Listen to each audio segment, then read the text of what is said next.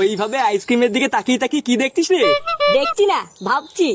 লেওরা দিন দিন তোর আইসক্রিমের দাম বেড়ে যাচ্ছে, কই আইসক্রিমের সাইজটাতে পারছে না। ভালোই ব্যবসা শুরু করেছিস নাকি?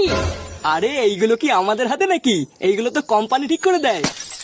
কোম্পানি ঠিক করে দেয়? বাড়া আমি সবই জানি। ভোদারবাল কোম্পানি ঠিকই দেয়। চুলকানি মারিয়ে তুই ঘরে বসে বসে দাম বাড়াস, আমি জানি না নাকি? সে বাড়া তুই দাম বাড়া, কিন্তু আমার কাছ থেকে তুই ডিসকাউন্ট নিবি নাকি? এমন ভাবে বলছে যেন মিনিস্টারের বাচ্চা। তুই কোথাকার কোন চোদ না রে যে তোকে ডিসকাউন্ট দিতে যাবো? লেওড়া খেলে খা, না খেলে গাড় মারা। কি বললি? তোর এত বড় সাহস? দাদা, তোর বাড়ির আইসক্রিমই খাবো না। লালটু কাকু, দাদু আমাকে একটা আইসক্রিম দিতে বললো। আর বলেতে পরে পয়সা দিয়ে দেবে।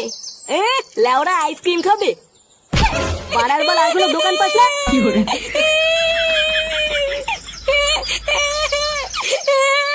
এটা কি হলো? তুই আমার খরিদ্দারকে মারলি কেন? বেশ করেছি, তোর এই বালের দোকানে কোনো খরিদ্দারই আসতে দেবো না। সুনীল ভাই, তুমি আমাকে মারলে তো, আমি বালি গিয়ে মাকে বলে দেবো। হ্যাঁ হ্যাঁ, মা কেন, তোর বাপকে গিয়ে বল গিয়ে যা।